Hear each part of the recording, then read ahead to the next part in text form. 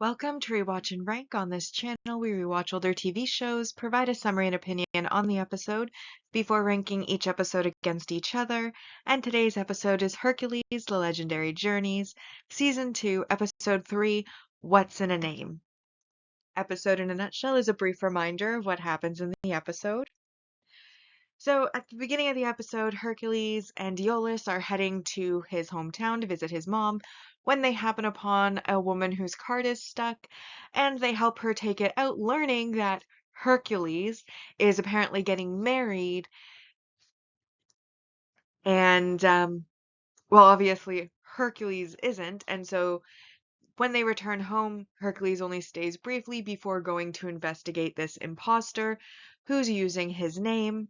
On the way there, they come across a burned out house and learn that Hercules has teamed up with Gorgas, who is a local bad guy, warlord type, who has been basically overtaxing the citizens and stealing all of their good food. And the reason that he's teamed up with Gorgas is that he's going to be marrying Gorgas' stepdaughter, Rena. And of course, once again, Hercules is like, okay, we've got to go and investigate this. They get into town. They have a bit of a scuffle with the local guards and such. And that is when Hercules runs into the imposter, Iphicles, who actually turns out to be his brother using his name. And his brother's like, let me use your name. I'm just a nobody, son of a man, not a god. And Hercules is like, you have your own name. It's a perfectly good name. And he's like, but, like, he's not as respected and he wants to marry Rena. And he promises not to do anything to dishonor Hercules' names. But of course, it's like, you're with this bad guy. You're working with this bad guy.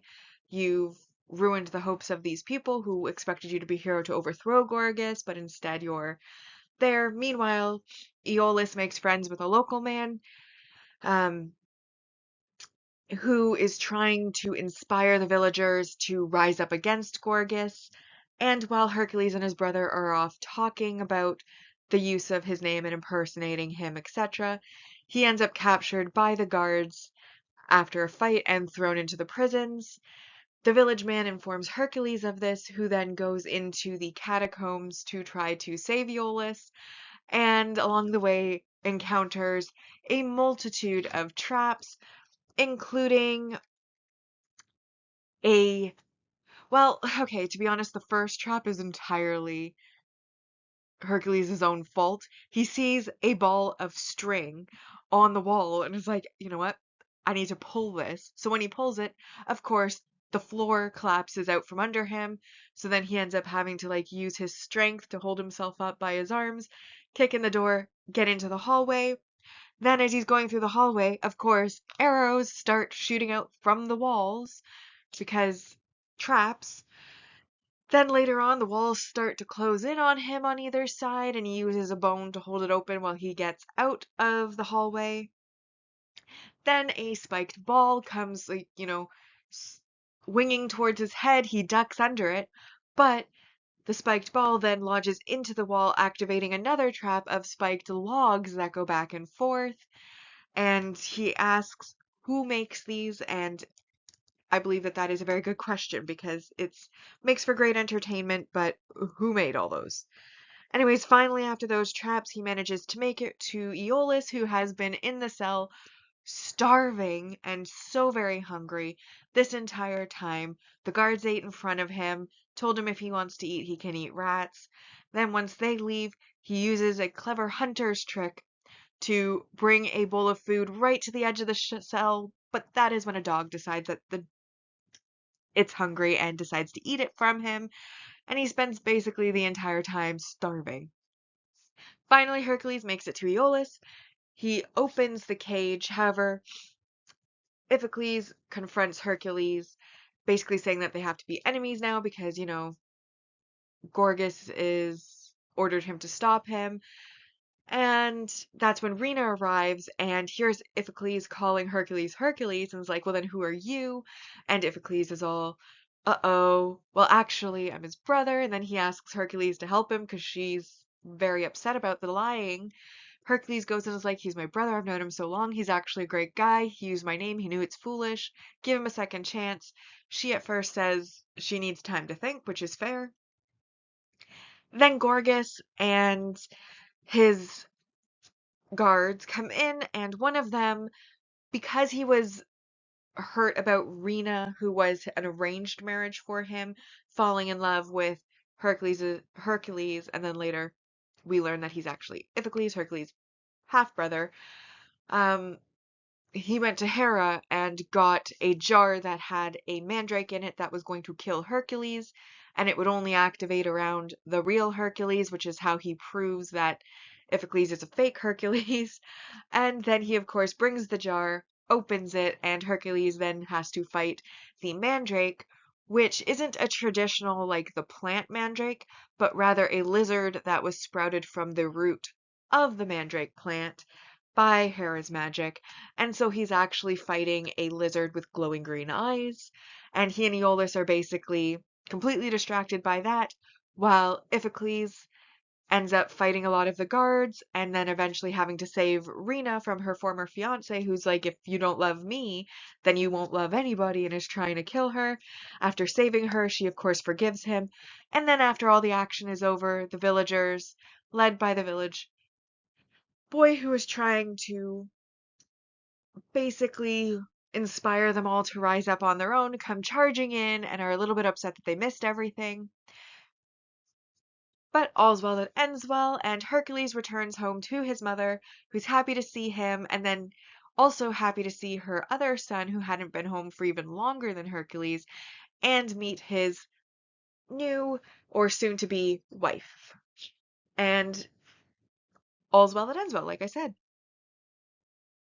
So now that we've been reminded about what happened in the episode, it is now time to rank the episode. As always, we will rank on our mostly objective ranking list, followed by the personal ranking list. So first we have our single episode supporting character introductions. So we have Gorgas, the warlord, who's super happy that Hercules will be a son-in-law and that he's fighting with him, even though he's supposed to be a hero. Then we have Peleus, who is, of course, the fiance or ex-fiance of Rena, who chose Hercules, or rather Iphicles, over him. And he's really butt sore about that. He even starts the episode by showing her a house he'll make for them and their future children. And she's like, I've already told you, like, no. And he's like, but Gorgas promised you to me. And she's like, but I have my own mind. And then, of course, when he complains to Gorgas, Gorgas is like, well, in comparison to Hercules, I'm gonna let this slide. So he was really upset. That's why he went to Hera. And then we have Josephus, who of course was the villager who befriended Aeolus and then tried to make the villagers rise up, and in the end did succeed in having them rise up, but just a little bit too late because everything was already handled by then, and they're all worth 1 point each. Then we have the multi-episode supporting character introduction, which of course we have Iphicles, Hercules' impersonator slash half-brother, and then Rena, who is his fiance, and while it gets a little rocky there at the end, ultimately he brings home to his mother and will eventually marry. And they're worth 2 points each, as they both do recur. Then we have the multi-season main character development, which is the fact that Hercules in fact does have a brother, which I'm sure is probably in the original mythology, but I had forgotten about it. So it does develop his character. It does, much like him having a cousin, shows that he does have an extended family among humans.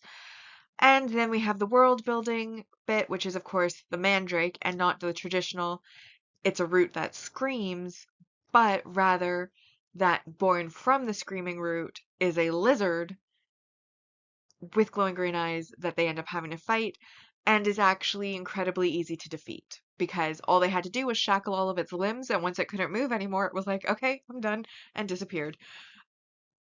Then we have the so anyways, no, that is our positive points for this episode, which is 15 points total. However, we did have some negatives, and the first negative is, of course, identity theft.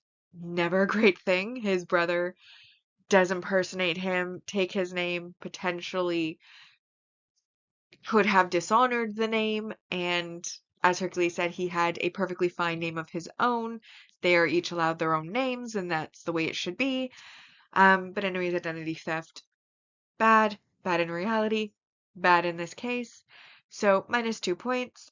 And then there was just also minus another 2 points for the overall dishonesty towards your love interest, which Hercules, of course, is lying about his identity. He starts a relationship based on that lie, and even when Hercules encourages him to come clean, and then he has opportunities to come clean with her before she finds out in probably the worst way, he chooses not to. He chooses to build that relationship on a lie. And luckily, it ends up happy for him, but at the same time, I don't know that it necessarily should have ended up happy because I feel like the person that's your love interest that you're going to be a partner with for the rest of your life should be somebody who can be honest with you, that you can be honest with. And I just don't think lying to the person that's supposed to be the closest to you is a good thing ever. So I did take another 2 points for that. It still left us with 11, however, which makes this a 10 out of 10 episode.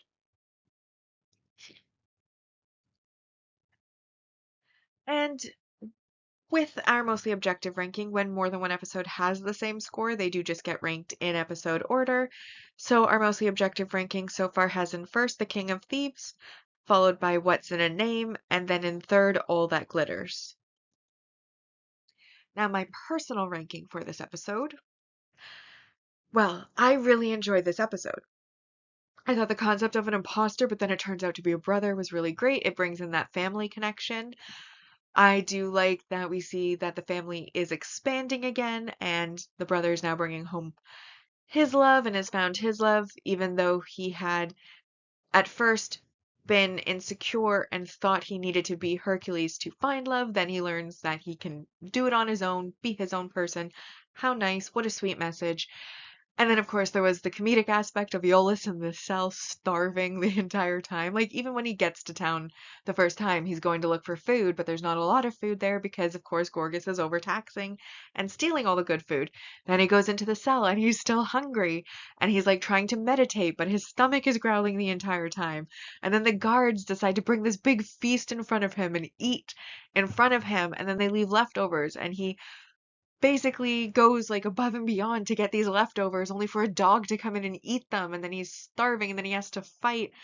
And honestly, it's like by the time they get all the way back to Hercules' house, he's starving, but luckily he's considered family too, so he's invited in when they're meeting Hercules' mom, and I guess that's when he's going to get to finally eat.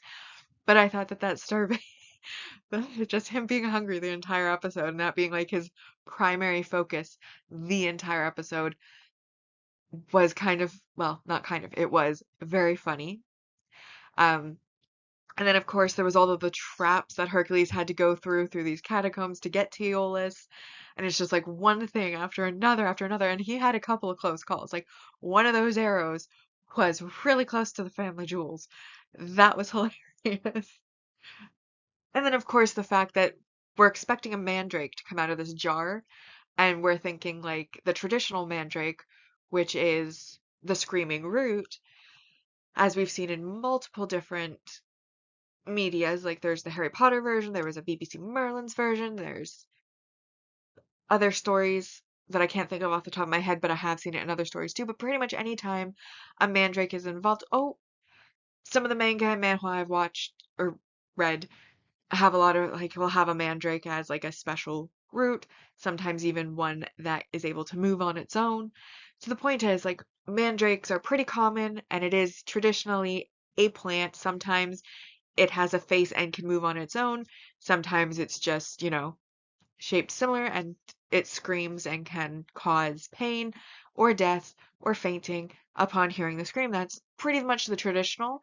However, in this case, they took their own twist on it by having the mandrake actually be a lizard that was born from a mandrake root using Hera's powers. And again, it was pitifully easy to defeat.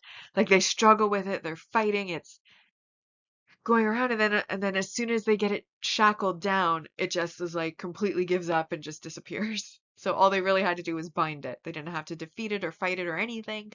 Just bind it, it's gone. And then, of course, for myself, I did love the little family aspect to it all, the twist that the imposter was actually Hercules' half brother, that, he gets his happy ending.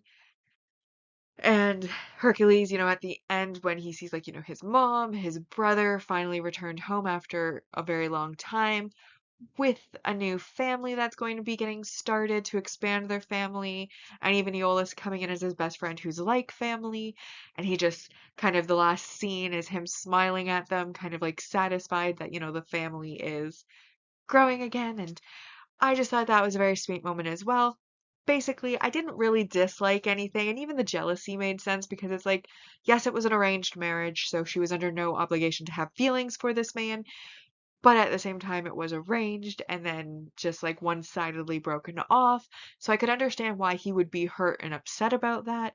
Now, going so far as to try to kill the other guy, and then when that fails, try to kill her, that's where he turns into a villain. And of course, we're very happy that he is gone. But at the same time, I can kind of understand where his feelings come from. So overall, really enjoyed this episode. And so I decided to give it a 10 out of 10 as well. And that brings my personal ranking so far to What's in a Name, The King of Thieves, and then All That Glitters in third place. And now we come to the series ranking so far. And on our mostly objective ranking, Season 1 ended with 71.54%. Personal side, Season 1 ended with 73.85%. And Season 2 has synced up, and we now have 21 out of a possible 240 on both lists. So with that, we have now rewatched and ranked Hercules, The Legendary Journeys, Season 2, Episode 3, What's in a Name? Like and subscribe if you'd like to, and I'll see you in the next episode.